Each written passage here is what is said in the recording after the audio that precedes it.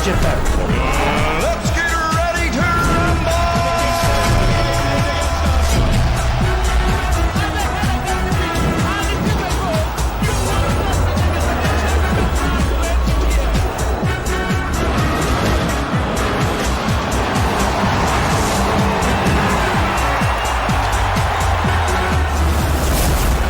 What a performance that was! Welcome to another beautiful episode of your sports show, Talk About Sportsville, where we bring you up to speed with the latest in the world of sports. Trust that I'm not working alone in the studio. As usual, my colleagues are very much in the house. Tony Wokomabani is here in the studio. Matthew Okugbe is also here. We'll bring you the very best of sports. Don't forget that the NFF election has come and gone in Benin.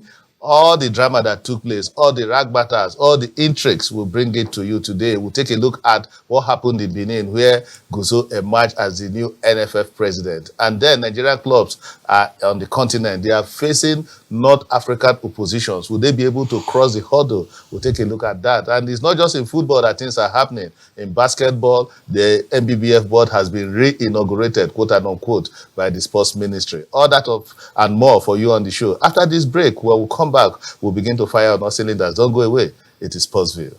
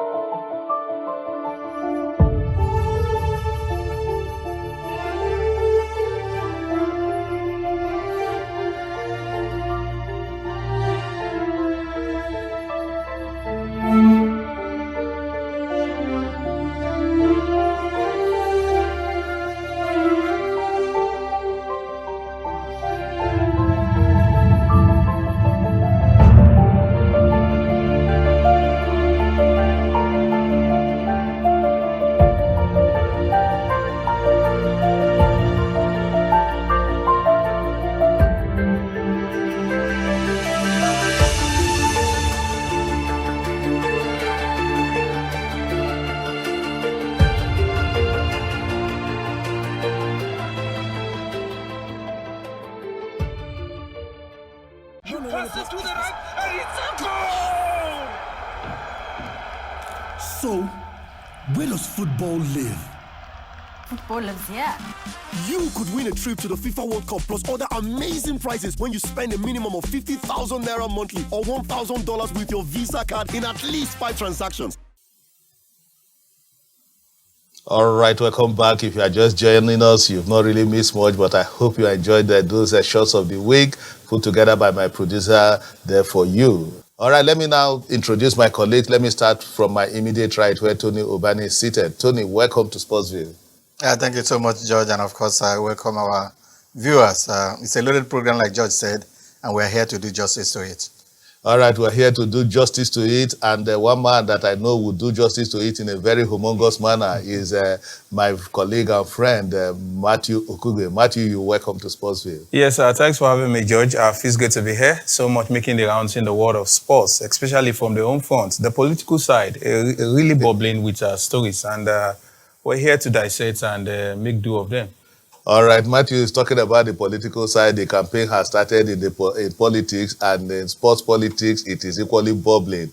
How else will we talk about the re-inauguration of the Nigerian Basketball Federation board just last week by the sports minister, Sunday Dare. This was a board that was inaugurated after the election in Benin last year and re-inaugurated again in Abuja. Tony, how do you react to that? The re-inauguration of NBBF board. Yeah, there are a lot of things, very laughable things happening in the world of sports. And of course, in your intro, you said it was a re-inauguration. And absolutely, nothing defines it better than re-inauguration, because I do know, just like what happened in Benin after the Nigeria Football Federation election, the board were inaugurated immediately. And so also it happened, with the board of Nigerian Basketball Federation. Getting them over to Abuja for another inauguration or re-inauguration, beats my imagination. Perhaps the minister wanted to get closer to the board of Nigeria Basketball Federation and also get to take photos with them. For me, that was what happened. For inauguration, I don't think that there are two inaugurations in a board. Okay, and if you look at what happened before the ABBF election and what happened before the NFF election, Matthew, I won't be surprised if the board of NFF is re-inaugurated too. Absolutely. Maybe that happens to be the new trajectory for sports federation in the country. And on the part of the sport minister, I think it is better. Simply put, I want to identify with the KIDA-led board. You understand? After the old issues, we banning ourselves from not participating at the women's. Don't remind me of that again, Matthew. Yes, I think we must also, it's so painful. We must also bring that to the fore. If some persons are trying to bring up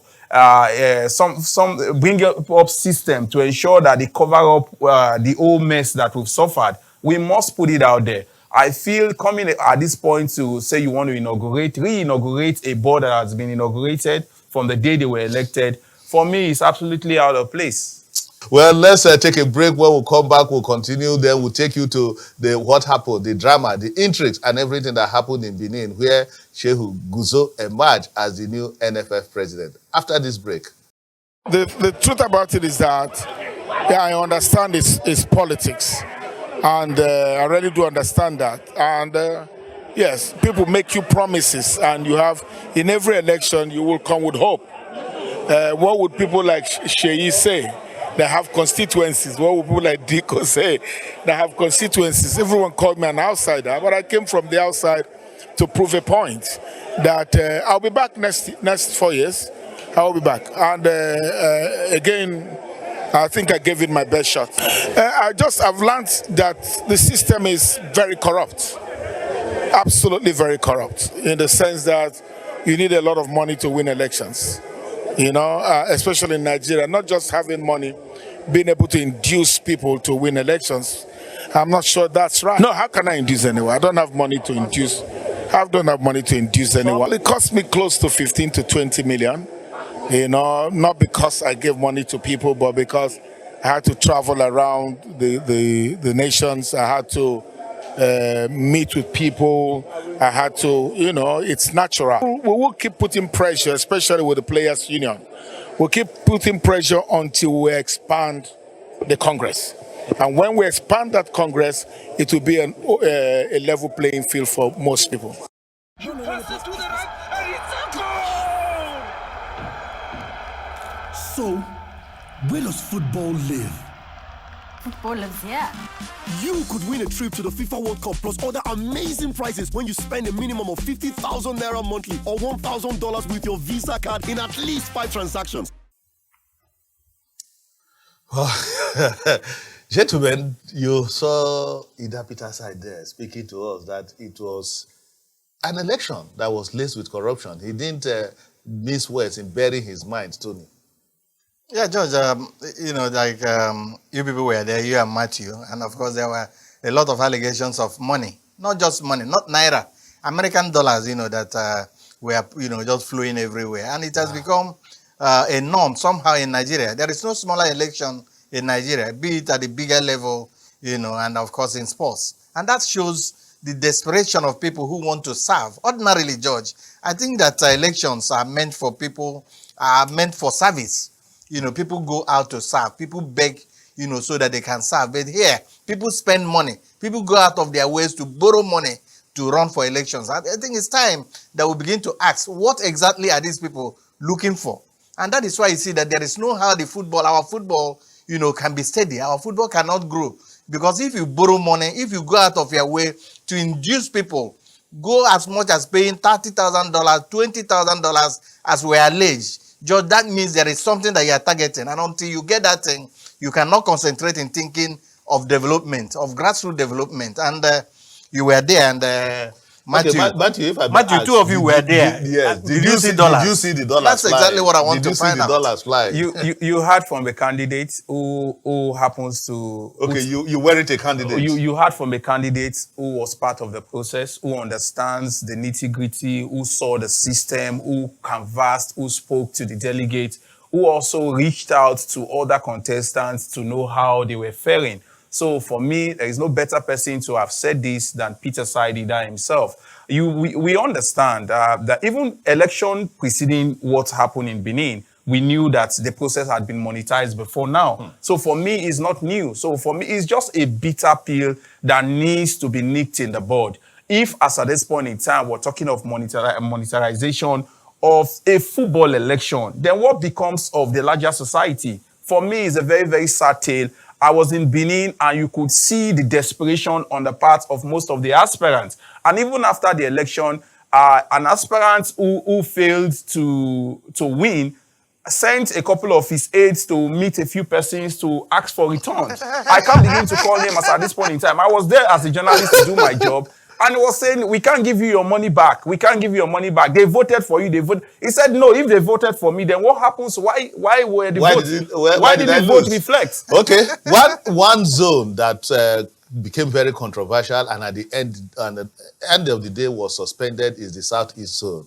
It was so embarrassing. Tony, after Felix Anyansiago emerged as the first vice president from Abia State, the Southeast zone was supposed to have its second representative, but the people from Abia, talk about the other two candidates from Abia, Emeki Yama and Karibu Ojigwe, who is the serving commissioner, refused to step down and insisted that they will run. And at the end of the day, the electoral committee decided to suspend that of the Southeast zone. How do you react to that, Tony?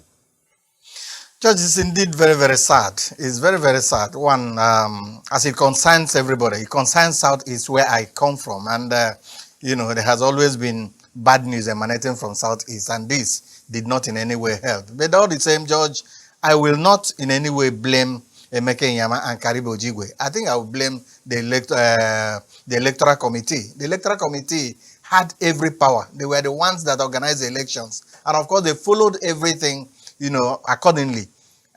Yeah, because at some point, the electoral committee read out Article 7 that clearly stated, Article 7 stated that no state, based on federal character, can produce two board members. So why did the other two candidates from Abia insist on contesting? George, that's exactly why I'm blaming the electoral officers. They were the ones in charge of the election and they had the power. And of course, they knew that the statute stated that no two persons should come from one state. It behoves on them, George, to have stopped the election and of course tell those other ones, Emeka Nyama and Karibu Ojigwe, that they will follow everything to the letter. And also, the man that was the chairman of chairmen in Southeast. Talking about E.C. Chukwuemeka, who is again from Abia, who is a man that is over George, 80. Who is also from Abia, did not play his role well. I think that these things are, very, very simple things. They are simple as ABC. The electoral committee in this instance, George, failed woefully by cancelling Southeast. They shouldn't have cancelled the Southeast elections because everything was in black and white. That once one person emerges, as Anyan said, Agua emerged as the vice president, then the other people from Abia should have stepped down. Okay, Matthew, in all of this, we had the chairman of Southeast chairman talk about E.C. Chukwuemeka, and he was there sitting and looking at that shenanigan, and he did not call the people from Abia to order. I think when you did he play the role of a statesman? Absolutely not. Absolutely not. And when you are affiliated to everyone in a contest, sometimes you find it very, very difficult, regardless your position, to either take side or mediate. I think that's exactly what plays out in that scenario. And I must also express some level of, I'm not comfortable with how some of the aspirants from that particular region conducted themselves. In the course of the election, while the election was about being suspended by the umpires, I remember a couple of stakeholders called these three principal actors together.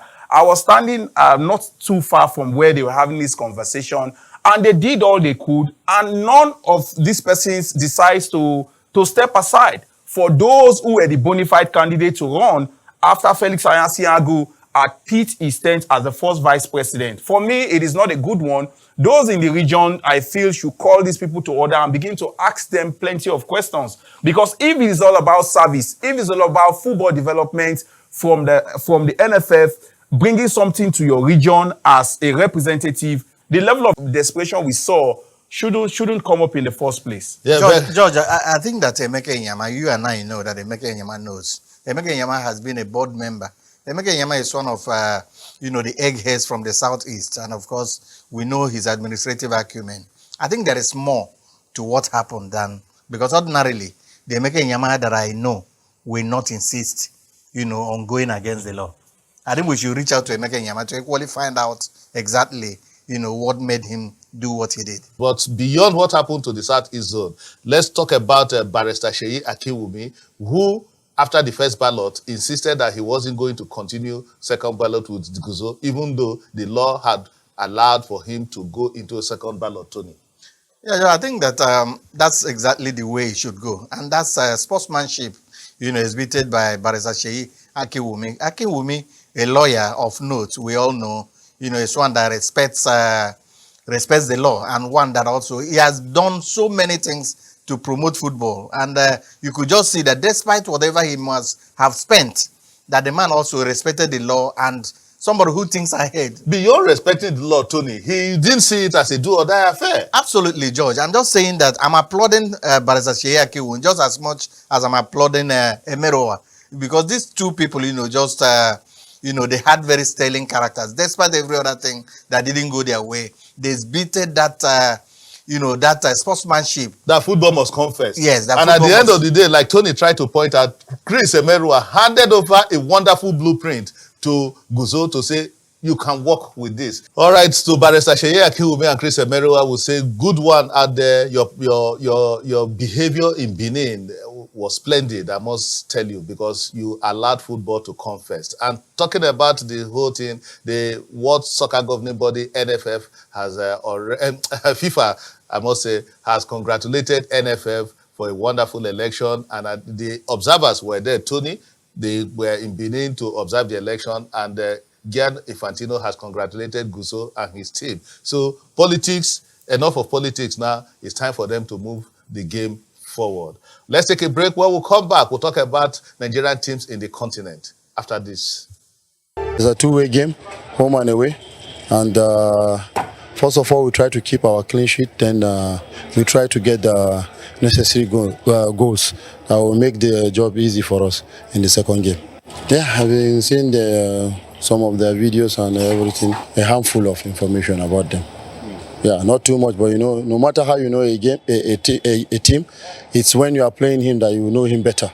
When you are playing the real game, a team can change in a game to game. They can change their game plan. They can change their players and everything. Well, we know a handful of information, and we're hoping it will be useful to us. We hope the crowd will be better than the first game, so that the boys can feel the support and everything.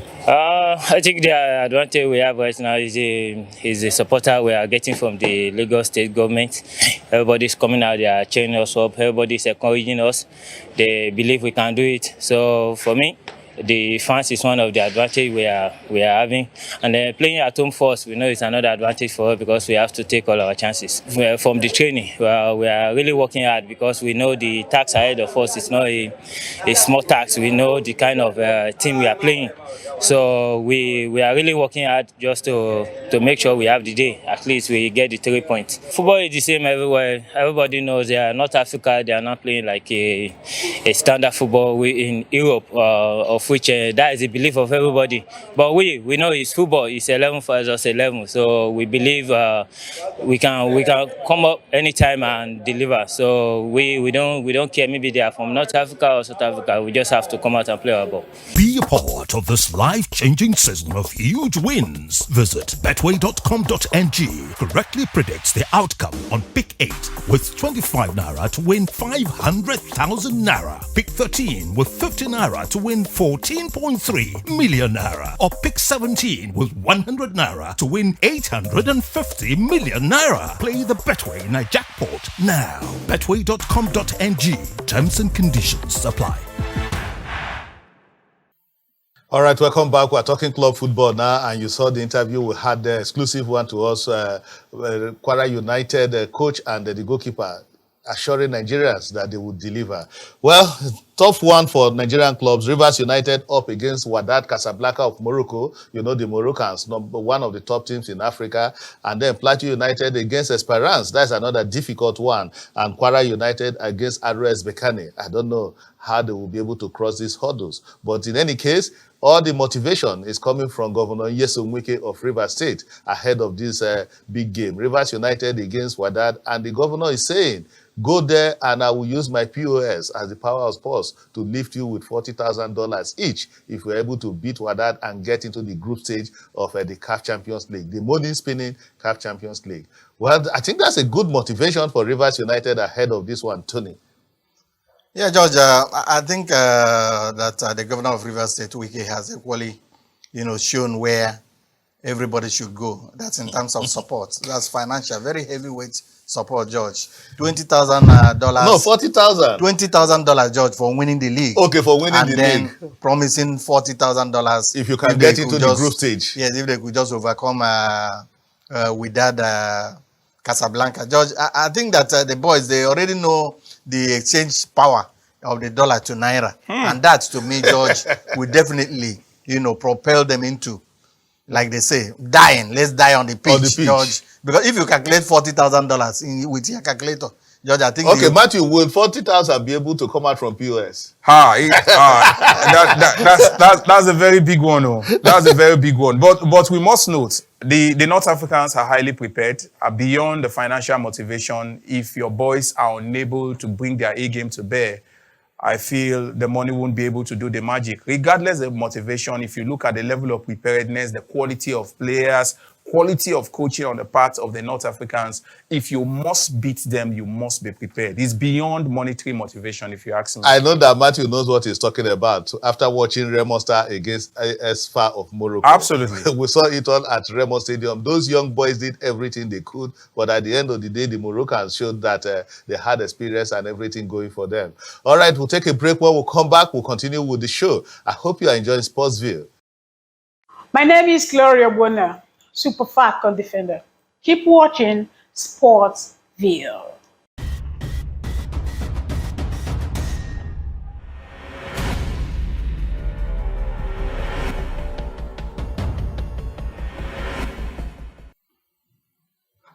All right, welcome back. We're coasting home now, but before we leave the studio, we must give you the talking points. And let's tell you that it will be another big one in swimming at the World Swimming Championship. That competition will be taking place in Berlin, and it will run from October 20 to 23. Nigeria will not be part of it. We are not going to be in Qatar, and we are not going to be at the Swimming World Cup in Berlin. Very painful indeed. But the one that will be competing is talk about the Scrabble Grand Slam that will be coming up in Lagos from October 14 to 16. Wellington Jegere will be leading Nigerian stars. And when it comes to Scrabble, Nigeria is one of the top nations in the world. And I hope that we'll continue and hold on tenaciously to that one. Talk about Scrabble.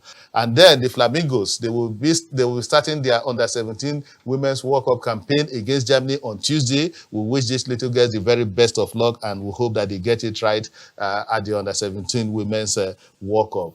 And then talk about grassroots development. One young man that is trying to get it right is the new Anambra FA chairman. Talk about Chikelu Ileanyesi, the one they call the general. Chikelu has started a grassroots program where he wants to catch them young in Anambra. And at the end of the day, he said his idea is to ensure that he gets to the grassroots, pick up the stars, just like he was picked up when he was growing up in Enugu. Matthew, quick one. I think Chikelu Ileanyesi is doing a good job. If you ask me, this is exactly what State Football Association is about. Not building from the top, but ensure that you build from bottom to top. Taking football to the grassroots, ensure that kids have the opportunity to see football as a pathway. An ex-international who played the game at the very highest level, dived into sports football administration, and now is able to do the needful. Yes, as at some point, he is here to find his place in the board of the Nigeria Football Federation. We hope he would be able to at least address that at some point. But I feel it's a good one on his part, and he needs all the support and encouragement he can get.